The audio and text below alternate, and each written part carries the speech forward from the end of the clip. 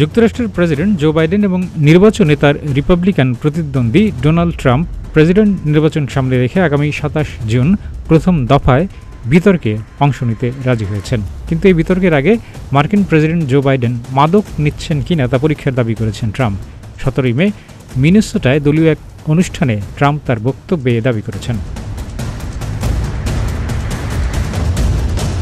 গত মার্চে বাইডেনের স্টেট অব দ্য ইউনিয়নের ভাষণের কথা উল্লেখ করে সাবেক এই মার্কিন প্রেসিডেন্ট মাদক পরীক্ষার দাবি তোলেন। তিনি বলেন, স্টেট অব দ্য ইউনিয়নের ভাষণের সময় বাইডেন যেন ঘুড়ির মতো উঠছিলেন। তিনি বলেন, আমি এই ব্যক্তির সঙ্গে বিতর্কে অংশ নিতে চাই, কিন্তু তার আগে আমি তার মাদক পরীক্ষা করার দাবি করব। ট্রাম্প অবশ্য নিজে এই পরীক্ষা করবেন কিনা তা বলেননি। স্টেট অব দ্য ইউনিয়নের দীর্ঘ ভাষণের সময় ৮১ বছর বয়সী বাইডেন জোরে ও দ্রুত কথা বলেছিলেন। ওই বক্তব্যের পর রিপাবলিকানদের ডক্টরস ককাসের কো চেয়ার গ্রেগ মার্ফি বাইডেনের সুস্থতা নিয়ে প্রশ্ন তোলেন। ৭৭ বছর বয়সী ট্রাম্পের পক্ষ থেকে অবশ্য বাইডেনের মাদক পরীক্ষা চাওয়ার বিষয়টি নতুন নয়।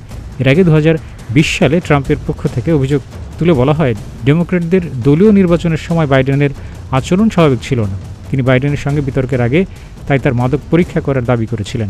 অবশ্য ওই সময় ট্রাম্প বা বাইডেন কেউই মাদক পরীক্ষা করাননি।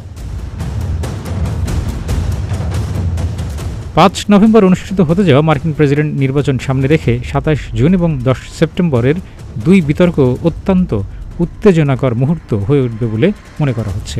মার্কিন সংবাদ মাধ্যম CNN বলেছে, তাদের আটলান্টা স্টুডিওতে প্রথম বিতর্ক অনুষ্ঠিত হবে। সেখানে কোনো দর্শকের উপস্থিতি থাকবে না। বিতর্কটি উপস্থাপনা করবেন জেক ট্যাপার এবং ডানা ব্যাশ। ট্রাম্প অবশ্য জেক ট্যাপারের ব্যাপক সমালোচনা করেছেন। মার্কিন নির্বাচন সামনে রেখে দ্বিতীয় বিতর্কটি আয়োজন করেছে সংবাদ মাধ্যম ABC।